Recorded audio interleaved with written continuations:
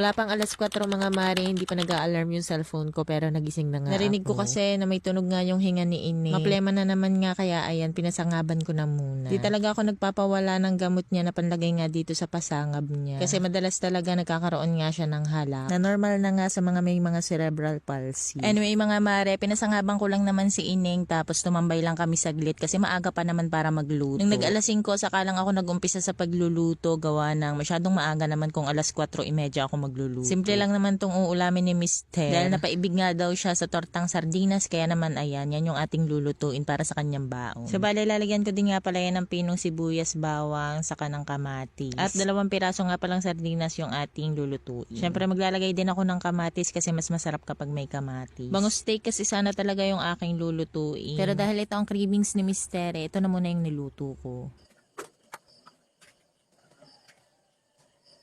Kapag nagtotorta nga pala ako ng sardinas, tinatanggal ko yung pinakasarsa para may ulam din yung aking pusa. Lalabnaw kasi kapag sinama yung sabaw kaya itong pinakalaman lang yung ating isasama sa torta. Maglalagay din ako ng konting harina mamaya para hindi naman siya gaanong malabnaw kasi 3 lang yung itlog na meron dito sa bahay. Sabi ko nga kay Mister, bumili na lamang siya ng gulay para nga meron siyang pang partner dito sa tortang isda or tortang sardinas. Corn soup sana yung aking ipapartner din gawa na wala nga siyang pang sabaw. Hindi ko na lang niluto kasi nung gabi nagluto kami at di ko nga nagustuhan yung lasa. Di rin nga nagustuhan ni Mister kaya ako ibumili na lang siya ng gulay.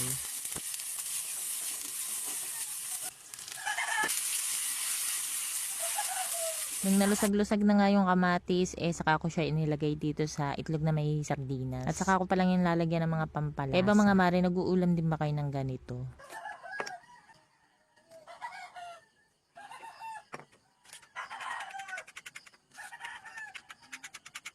Gaya nga ng sabi ko kanina, maglalagay ako ng konting harina. Kasi parang kulang nga siya sa itlog, kaya itong harina na nga lamang yung pagpapalaputi natin. Sa araw-araw na lang talaga, gamit na gamit nga itong aking maliit na pan. Yan na kasi niyang paglutuan, hindi talaga dumidikit yung ipiprito mo dyan. Ang problema ko lang dito mga mare, dahil may tangkay nga siya, medyo mabigat yung kabilang side. Kaya minsan bigla na lang siyang dumudulas. Pero kapag may laman naman na, or may niluluto ka na, hindi naman na siya dumudulas. Medyo maliit yan, kaya naman binabala ko rin nga na bumili ng mas malaki dyan. Sa nagtatanong nga pala kung nagbabakbak nga pala yun, hindi naman mga mare. Ilang buwan ko na siyang gamit pero hindi pa naman siya nagbabakbak sa akin. Medyo naninilaw na nga lamang yung pinakailalim niya. Ba, siguro nabibigla sa apoy. Malakas kasi yung lingas nitong kalan ko ngayon. Hindi kagaya nung dati kong kalan. Yung lingas talaga ay pang in-in ng sinhain. Anyway, highway mga mare, ayan, nagtimpla na rin nga pala ako ng kape. Tapos niyan, gigisingin ko na nga pala si Mister para makapagkape na nga siya kasi 5:30 na niyan.